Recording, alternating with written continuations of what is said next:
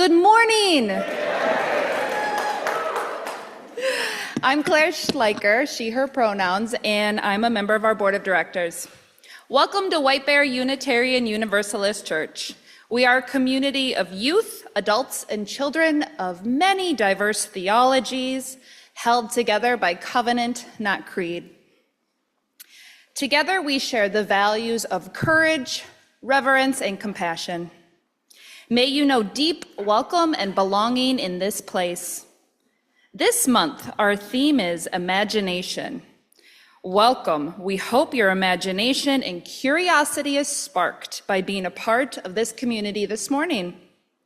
To share a request for today's meditation, please place it in the chat box before the opening hymn or add it to our meditation bowl.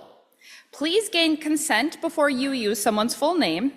And the meditation bowl is in the soul work over here, along with some activities to help people of all ages engage with today's service. Let's wave to those zooming in on our service today. Hello to those joining from afar. We're glad you're here.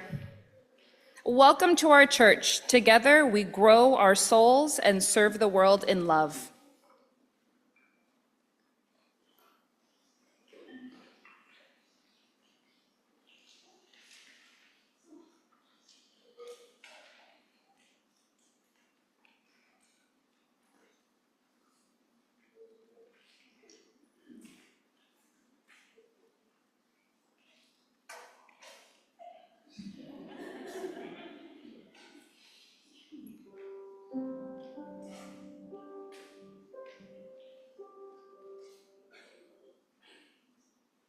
You are the new day.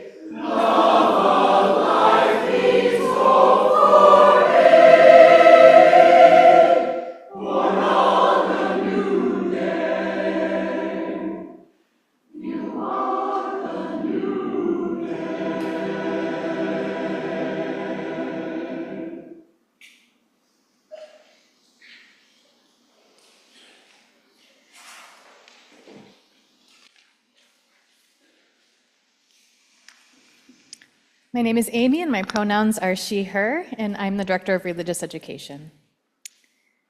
Come in. Come into this place which we make holy by our presence. Come in with all your vulnerabilities and strengths, fears and anxieties, loves and hopes, For here you need not hide, nor pretend, nor be anything other than who you are and who you are called to be. Come into this place where we can touch and be touched, heal and be healed, forgive and be forgiven. Come into this place where the ordinary is sanctified, the human is celebrated, the compassionate is expected. Come into this place. Together we make it a holy place. Welcome.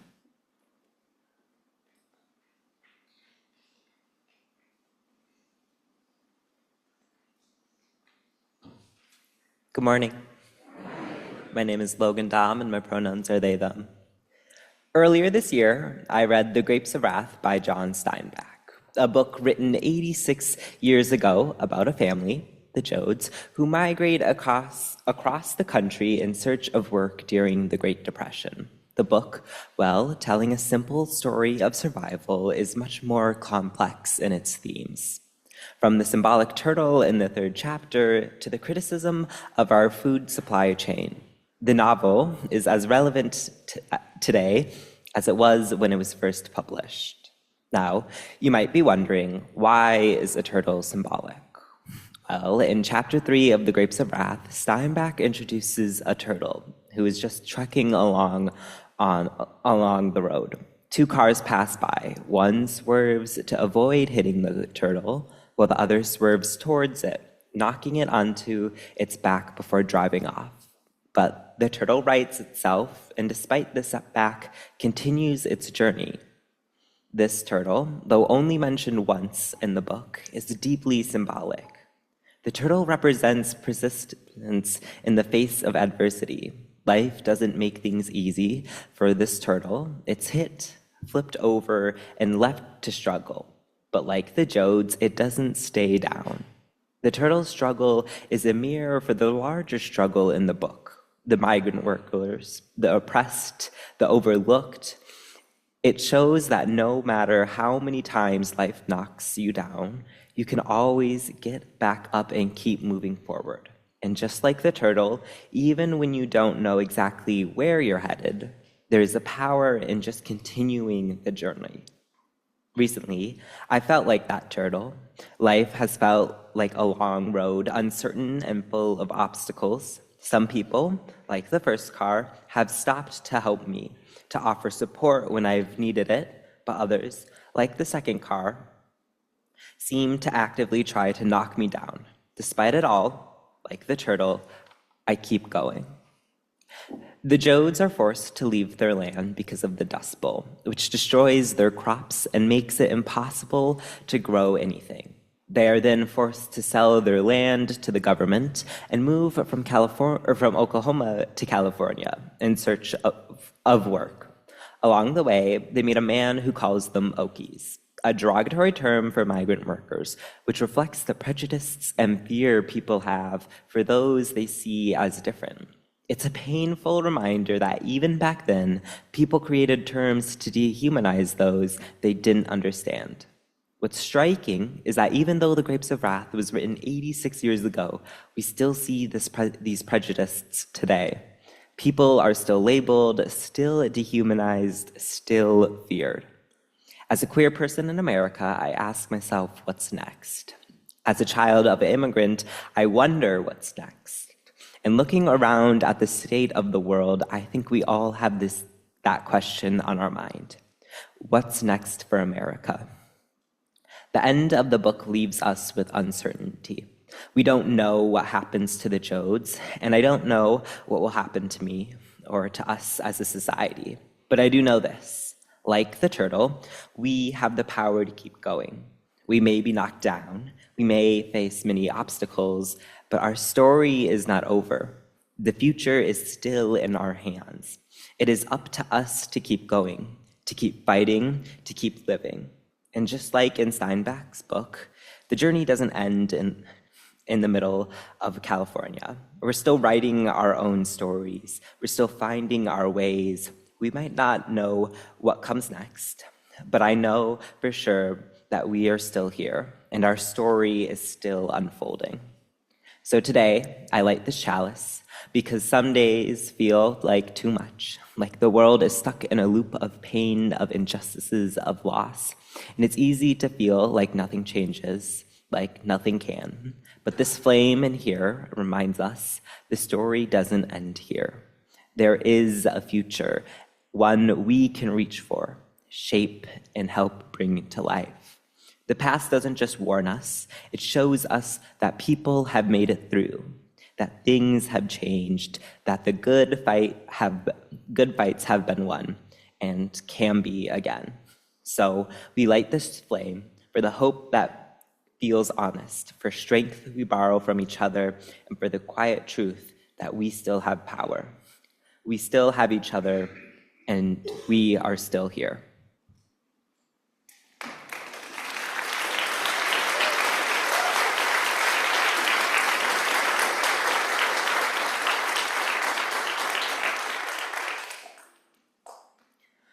Please join me in the opening words on the TV. Love is the spirit of this church, and service is its law. This is our great covenant, to dwell together in peace, to seek the truth and love, and to help one another. Thank you.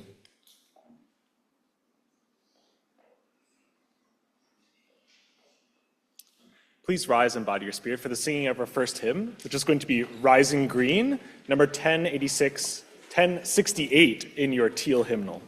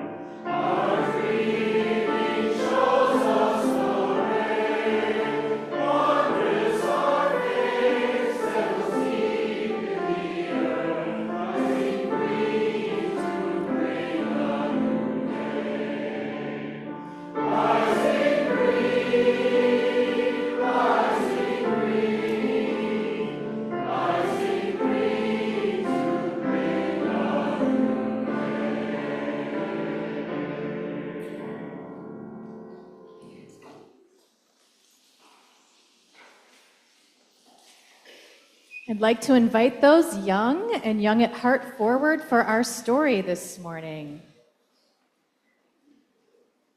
And if you're listening to our story from your seat, I invite you into a breath and into your imagination this morning as we wonder together. Our story is Whose Reality Is It Anyway? And it's by Orlando Brugnula. So once upon a time, long, long ago, there was an average, perfectly normal town. In fact, every single thing about this town was ordinary, except for one thing. There was a storyteller. In fact, this storyteller had just arrived one day without any advance notice. There had been no invitation, no request. The storyteller just showed up, took in a great big deep breath, and went about constructing a sign, a big giant sign, inviting all of the people, everyone in town, to come listen to stories. Now, mind you, accepting this invitation was not so easy for the people of this very ordinary town. In fact, this storyteller made them all really nervous. They wanted to know if the storyteller was qualified. They wanted to know if the storyteller was accredited. The children, of course, they didn't care at all. They just were really thirsty for stories, and they got them. And on any given afternoon, you could be sure that most, if not all, of the children in town would be gathered on the front lawn at the storyteller's house. And the storytelling would begin. There would be forests with huge and sometimes strange trees and mossy rocks, and rivers with golden fish swimming, and there were talking tigers, of course, and a sly fox and wise turtles, and a tall blue mountain peak with snow at the top, and a wonderful magical city on its slopes. And all of the children listening to the stories wanted to listen forever, because the stories made them feel amazed and curious and happy. And they wanted to share their amazement and curiosity and happiness with the rest of their families and anyone who would listen. And so they asked the storyteller if they could take part of the stories home with them. And the answer was, of course, always yes. And so they did. "Look at what the storyteller gave me," they would exclaim. But the elders would just reply, "You can't have that in this house. Tigers are much too loud. The turtles are too big. The rocks are too mossy. And the snow will melt all over the house. Get it out of here." And so the children went back to the storyteller with their heads hung low. "Our families won't let us bring anything home from the stories. Will you help us?" And so the storyteller thought and thought about how to help the children of this very ordinary town. The next day, something began happening in the town that got everybody talking. Things started showing up in unexpected places. A big tree in the middle of the street, a tiger at the post office, a wise turtle at the breakfast table, and a huge blue mountain in front of the door of a house. Nobody was quite sure what was going on, but they were pretty sure they knew who was responsible. And so the townspeople went to the mayor to plead their case. "You have to do something about that storyteller," they said. "They have turned our town and lives upside down." And so the mayor marched over to the storyteller's house and knocked on the door. "Yes?" came a voice from inside. "This has got to stop," the mayor said angrily. "What has to stop?" the voice said from inside. "All of these things," shouted the mayor. "They keep showing up in inconvenient places everywhere." "You don't like them?" asked the voice from inside.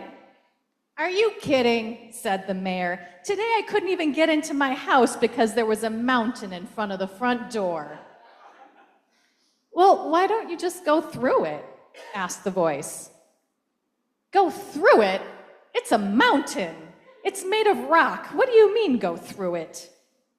"But it's just a story mountain," the voice said. all you have to do is enter the story. It's so simple, just enter the story. Well, the mayor was so flustered and did not know what to do, so the mayor left to ponder this problem and to seek the help of the wisest teacher in town. I don't know what to do, said the mayor. Everything in town has changed, and everything is out of order, and everyone is upset. Well, why don't you tell me about it, said the teacher.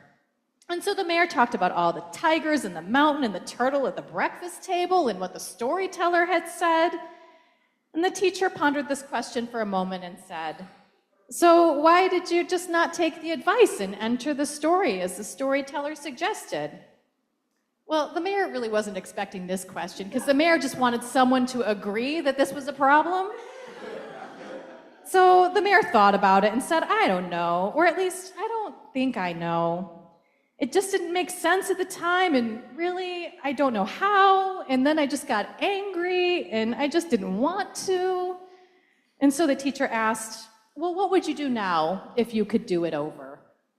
I'm not sure, the mayor said. I guess I'm kind of afraid, though I don't really know what I'm exactly afraid of. Well, okay, said the teacher. New things can be unsettling, and some of us are reluctant to jump in, or even listen at all, but it can be really useful to look at things in new ways. We learn new things, and we can maybe have some fun even in the process. But, said the mayor, it's not easy. After all, we don't know how the story's gonna end. And so the teacher said, with all of the gentleness in the world, you're right, we don't know. All we can do is decide if we're willing to learn something new. We each decide whether we're going to allow ourselves to be curious and amazed and delighted by the story in front of us, or if we're going to be closed to the magic of it. When a story shows up in our town, on our doorstep, it's an invitation to become listeners and learners, and to become part of a beautiful dance and creators of the story and receivers of wisdom. But we can't be creators of stories or receivers of wisdom unless we enter the story. Well, the mayor thought about this some more, and even though the mayor was still a little salty that no one agreed with that this was such a big problem, the mayor decided that the teacher was right, and maybe he ought to go back to the storyteller and find out how to enter the story after all. And that's our story this morning. I'm going to invite our children to come with us. We're going to sing them on their way. The song is Go Lift It Out. And this morning, after programming, we'll be in the social hall, so parents can pick up their kiddos in the social hall after the service.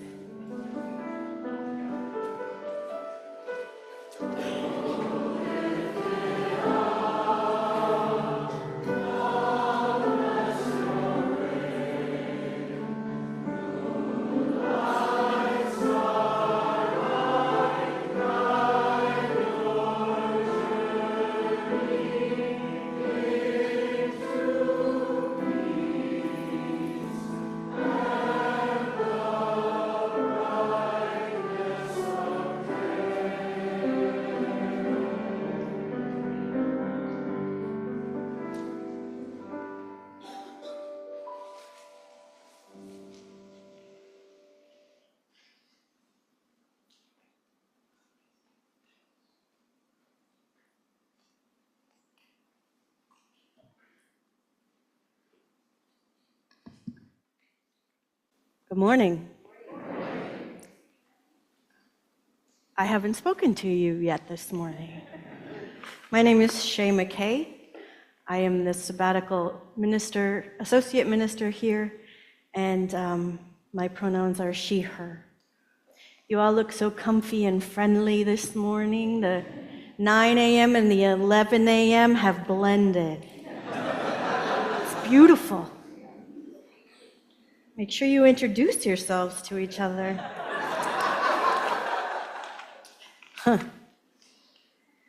Every time we come together on Sunday morning, we make time to bring our joys, our sorrows, the things we're struggling with, and the things we're celebrating into the circle of this beloved community. And so I invite us now into a moment of prayer and meditation as we hold those things that are on our hearts today. I think this is a celebration. Today is Castile's first church ever at age 95.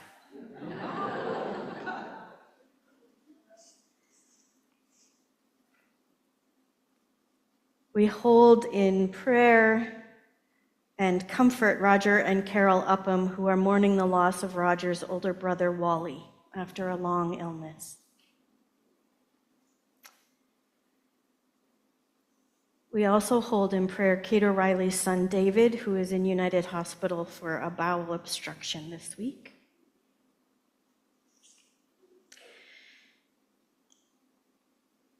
And I want to hold up that today is Mother's Day.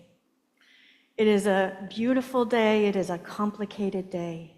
It can break our hearts, and it can break our hearts wide open.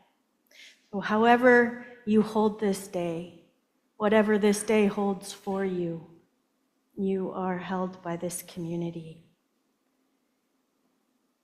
Somebody wrote, "To every mother who crossed borders to give their children a better life, you are not a criminal."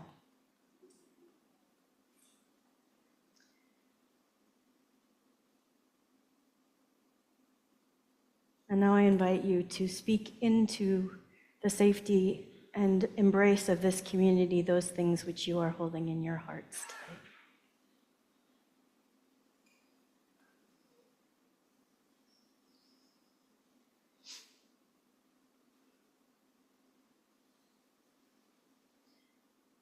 Please join me in a moment of prayer. Loving Spirit that moves through all things, move through us now. Awaken within us that which connects us to all, and in that connection, let us find comfort. Open our eyes so that we may see the holy in everything around us, and open our hearts so that we may feel and give the love that surrounds us always and everywhere. We give thanks for the beauty of this earth, for the blessings of our companions upon it, and for the reminders we see each day, each moment, in each encounter of the sacred. May those reminders help us to remember that we too are holy and whole.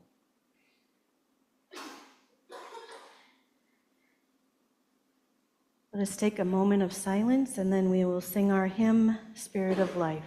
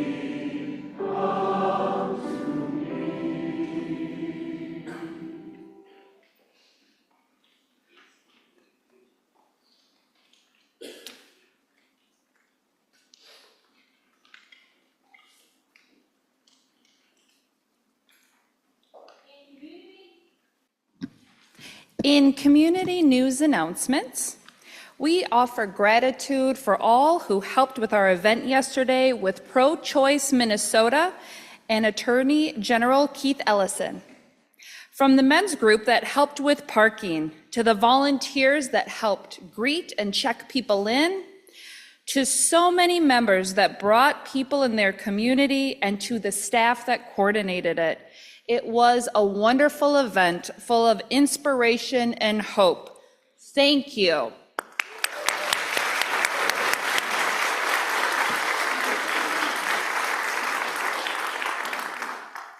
This Wednesday, you are invited to join us for a pizza party at 5:30 p.m., followed by our all-ages game night.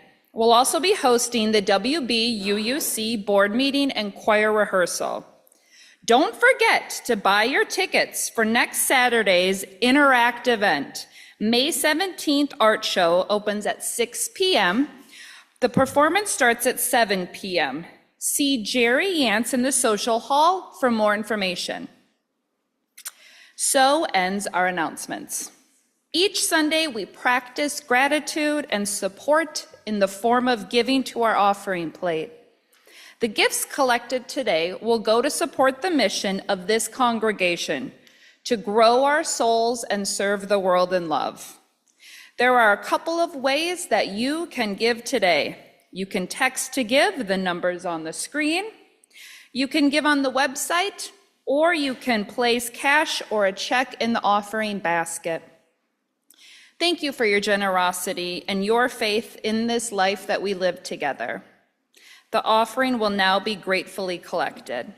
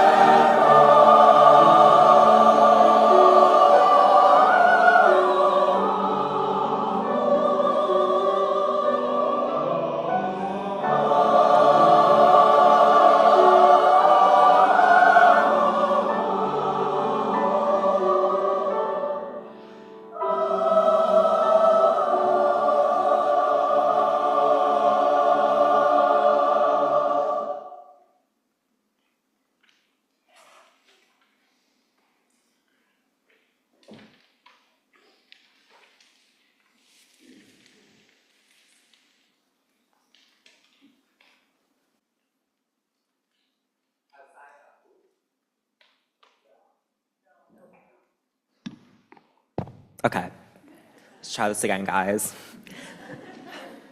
How sci-fi and fantasy changed the world. Tufts University, excerpted from quotes from English department professor and chair Sonia Hofkosh. Science fiction is a way of reflecting on our own world by positioning something completely alternative. It tries to get us to rethink what we know and understand. Science fiction isn't the only literature that disrupts our assumptions, but it does it very elaborately and dramatically because it's unbound by the conventions of realistic fiction. In order to get a different kind of world, we need to think outside and beyond our world.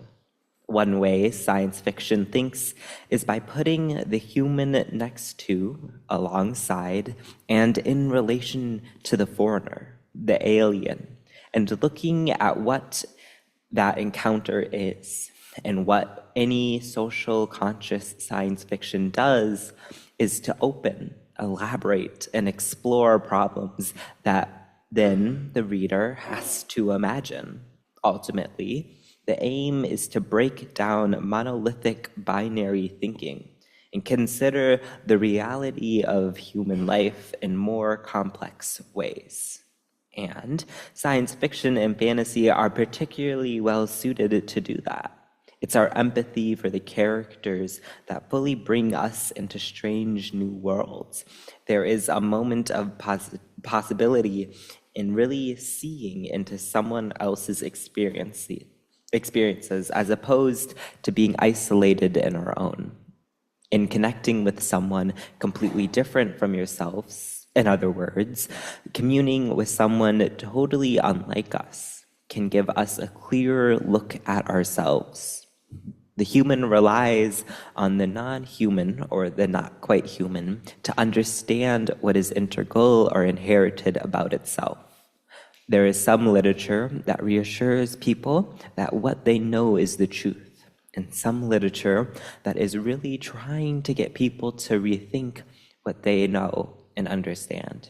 That's the literature that's going to allow for and propel change in the world, as opposed to refining what already exists. Such literature gives us a way to start thinking about doing things differently. It doesn't give receipts for social action, and it's not the change that happens by storming the bulwarks of society, but it does start to change people's minds and change how people think. And we need that as a crucial part of any next step of social action or organization, because that's when we can start to break down barriers and build alternative ways of being.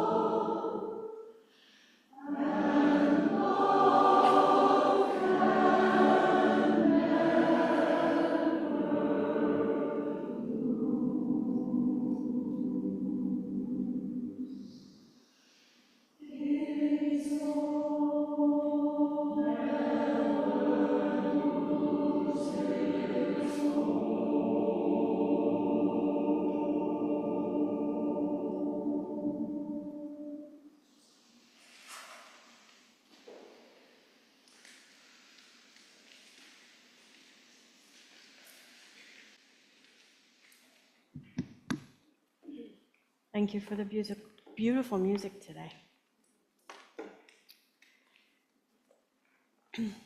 How many of you are Ray Bradbury fans? Yes. 70 years ago, 20 years ago, 5 days ago, whatever, his stories are still awesome. And if you are familiar with Ray Bradbury, you probably know. I wanted to start with a quote for him today because he's who inspired this whole sermon. And I had a really hard time finding a quote that didn't have swear words in it. So I'm just going to read his quote the way he wrote it, and please forgive the minor swears. This is a quote from Fahrenheit 451.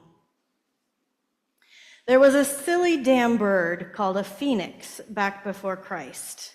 And every few hundred years, he built a pyre and burnt himself up. But every time he burnt himself up, he sprang out of the ashes. He got himself born all over again. And it looks like we're doing the same thing over and over. But we've got one damn thing the phoenix never had. We know the damn silly thing we just did. We know all the damn silly things we've done for 1,000 years, and as long as we know that and always have it around where we can see it, someday, hopefully, we'll stop making the goddamn funeral pyres and jumping in the middle of them.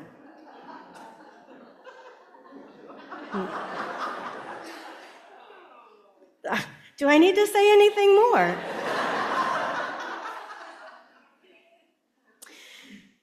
In a psychology study done in 2023, Jeremy Manning, who's the director of the Contextual Dynamics Lab at Dartmouth, he said, our results show that on average, people talk 1.5 times more about the past than the future. Now, the prevalence of us as humans to speak about our paths 1.5 times more frequently than our futures means that we know a lot more about our pasts, or the people listening to us do, than about our futures. Because we have memories of our pasts and no memories of our futures, it is, of course, more likely that we would reference those memories more frequently. This is true for ourselves, this is true for the others that we come into contact with, and this is true of human society at large. We like to reminisce and wax poetic of the good old days and compare our experiences to those of others. We also, as a species, tend to focus on the negative, on our failures, on our shortcomings. We build those pyres and throw ourselves in. We focus on scarcity and fear and pain.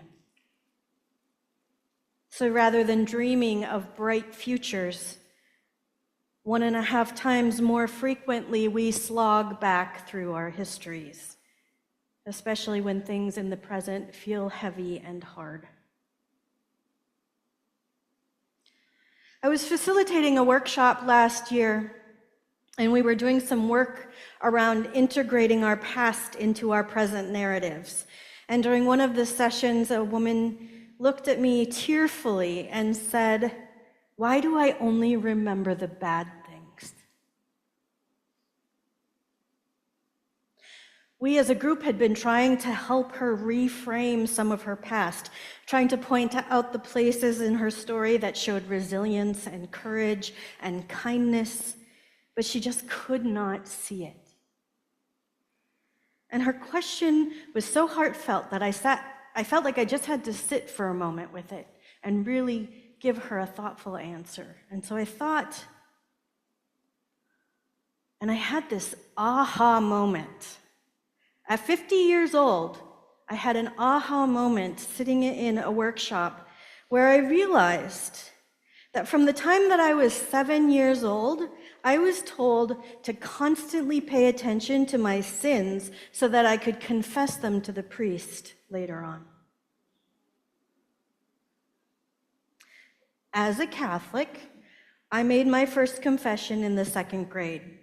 And from that moment on, I had to notice every failure, every shortcoming, every unkindness, every unfinished chore. And I had to make a list of everything I did wrong and take it to the priest for judgment, punishment, and absolution. And if I didn't have a list, then I got in trouble for that too. Because surely I was not perfect and sin-free. I said this out loud to this woman. I knew that she had also been raised Catholic. And I said, is it any wonder that we only remember the bad things? We were taught to only remember the bad things.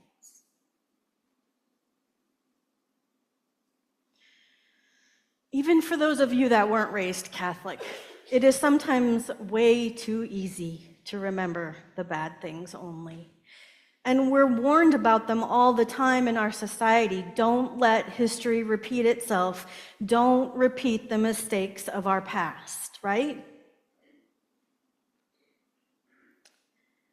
Yes, our pasts contain errors and failures and things we don't want to repeat or have be repeated to us. And we can certainly get stuck there in the past, paralyzed by the could-haves and should-haves.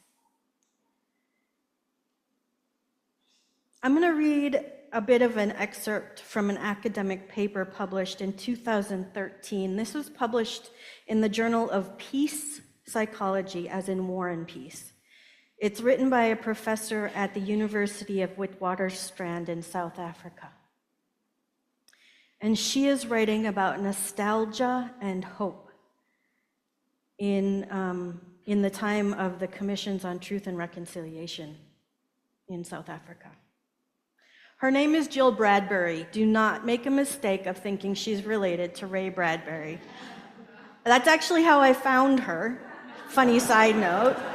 I Googled Bradbury, reminiscing about the past or something like that, and this paper came up, and I did not think to look at the topic of the paper. I just thought, oh, Bradbury, reconciling the past. And then I got halfway through the paper and realized this was not Ray. This is Jill.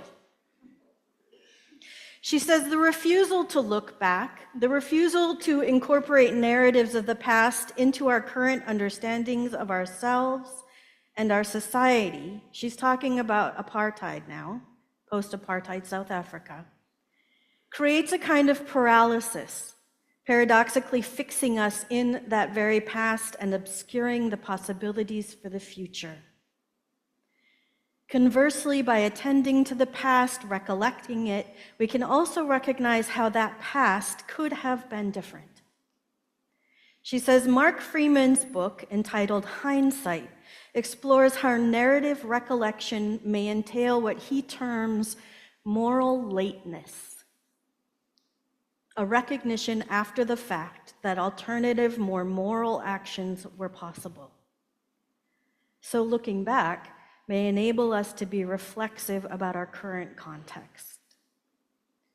Through the distance across which the stories of our past must be read, we may be able to incorporate new versions of ourselves for acting in the present toward the future.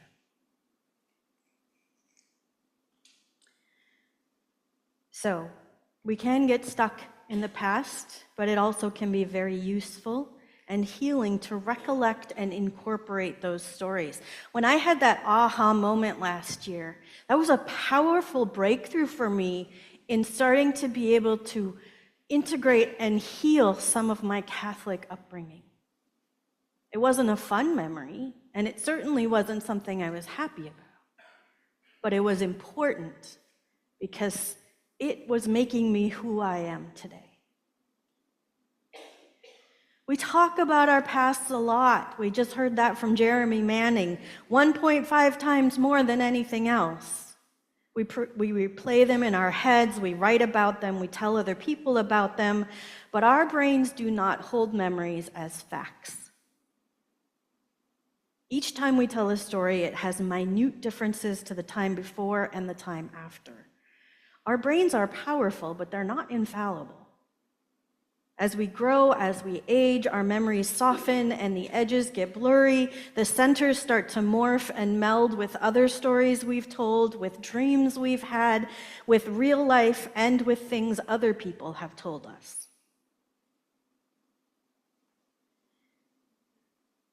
Jerry Manning says in his study, when people communicate through language or other observable behaviors, they can transmit their knowledge and memories to others. We know this. When we tell a story, we transmit to others. We heard in Amy's story today, right?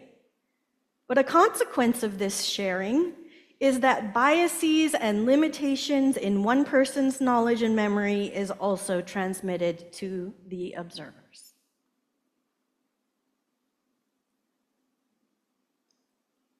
Here's an example. I officiate for a lot of memorial services. I love doing them. And one thing that is always striking to me when family and friends get up to share their memories of a person who has died is how slowly a bigger picture forms. As a spouse shares, I learn about the person as a partner and part of a couple. As children share, I learn about them as a parent. As coworkers share, I learn about them as a leader and a mentor. As childhood friends share, I learn about them as a child, etc., etc., etc. If I only heard the spouse's story, I would inherently get only their limited experience of this person as a spouse, not as a parent, not as a mentor, not as a child. It reminds me of that story of the blind men who came upon an elephant. You know that one where they're all feeling different parts of the elephant and they all come up with different conclusions after feeling just their part of what this animal is? And they don't agree. So they're like, how can we not agree? We're all feeling the same animal. And finally they start sharing their limited observations with each other, and this puts the pieces together. It finally puts the pieces together that they are able to come to the correct conclusion of what an elephant is. So, let me repeat. When people communicate through language, they can transmit their memories and knowledge, including biases and limitations. And I'm adding, when people communicate through language, they can also transmit their dreams, their visions, their curiosity, and their hope. We can look back and find resiliency and courage and wisdom and compassion. We can learn from our past and share that wisdom with others as well. This is why we tell our stories. This is why it's important to tell our stories.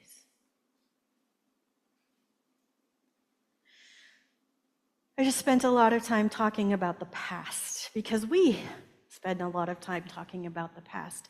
But here's my fear. As powerful as it can be to tell our stories, to learn from them, to integrate our pasts into our current selves, my fear is if we dwell too often on the past, we will forget to remember the future. We will forget to remember that there even is a future. Remembering the future requires imagination because we can't predict it.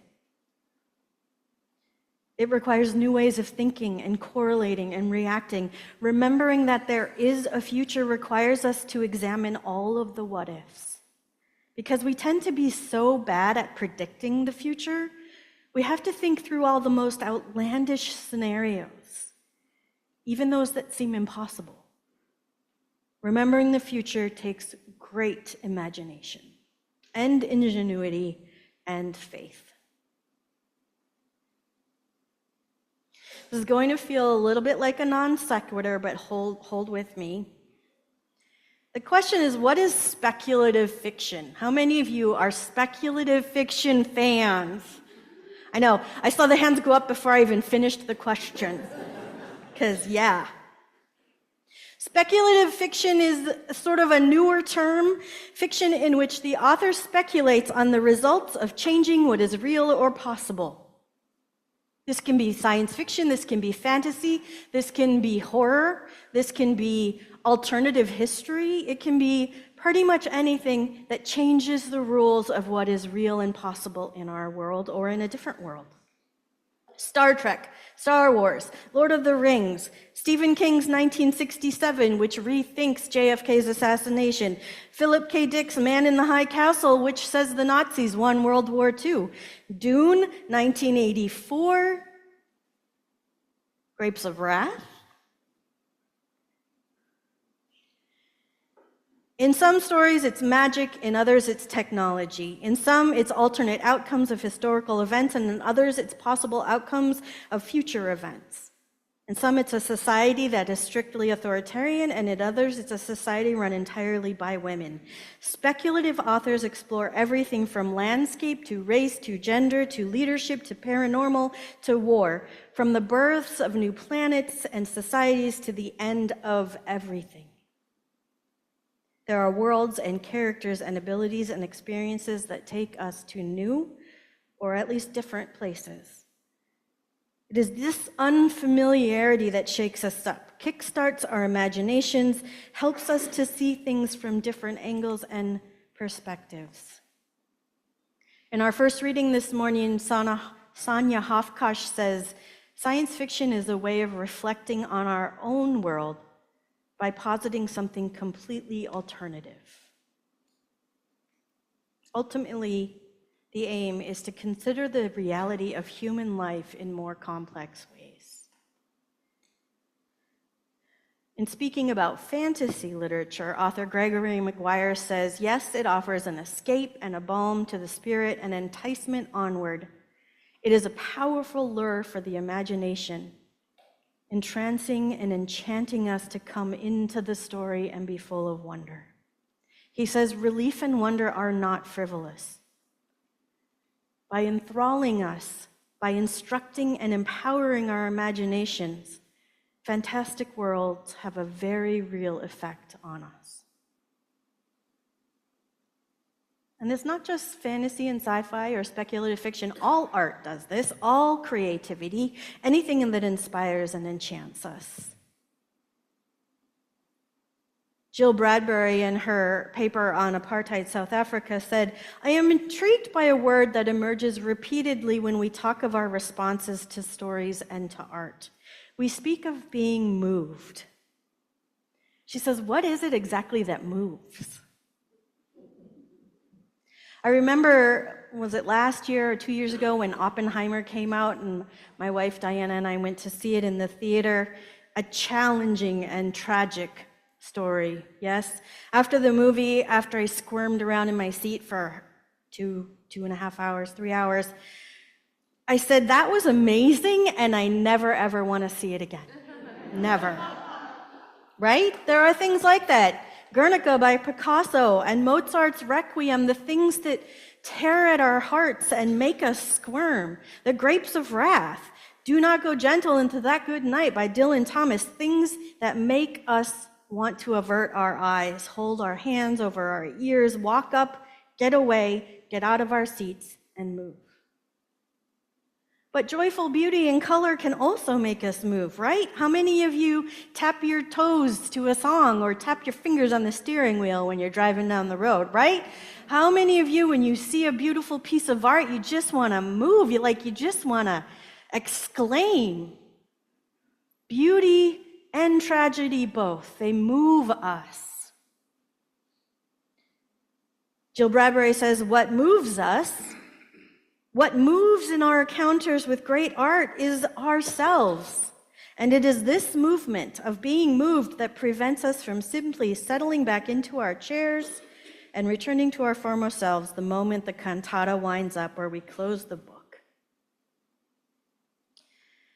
She says the question then that artists and writers must ask is, how can we create texts that will move the audience, taking them to new places of understanding and new ways of living? I opened today with a quote from Ray Bradbury, in my opinion, one of the most imaginative and poetic writers of the 20th century. In an interview, he once said, "People ask me to predict the future when all I want to do is prevent it. Better yet," he says, "I want to build it.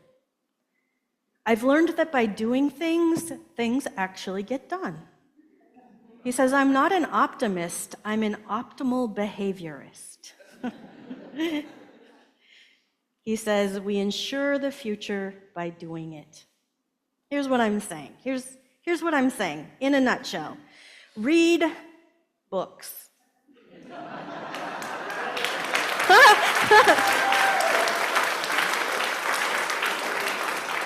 Read books, go to museums, watch TV, go to the movies, read poetry, sing in the shower and listen to music and go to concerts in the park. It's the season.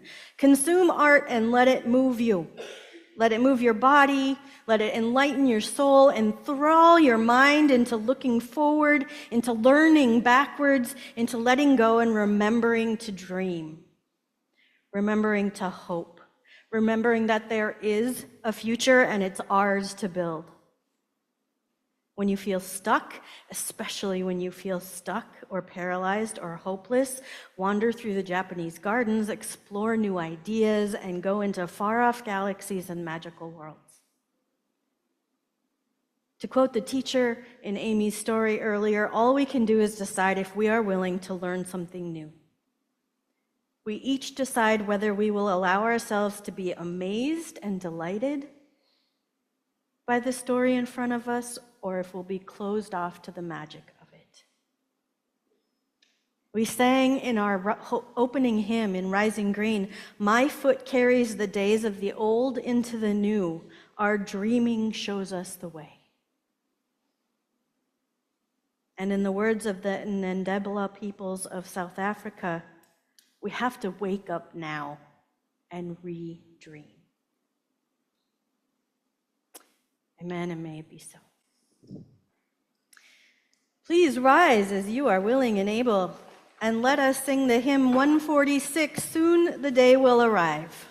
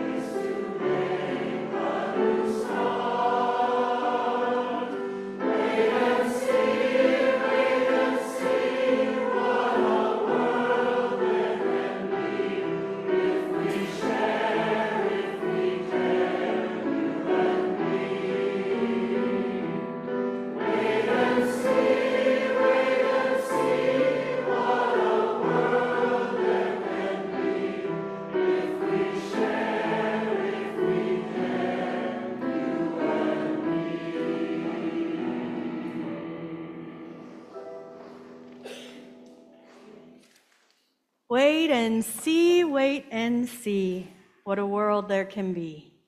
My friends, please join me in our closing words as we leave today. May peace dwell within our hearts and understanding in our minds. May courage steal our will and love truth forever. Amen. Go in peace. Well,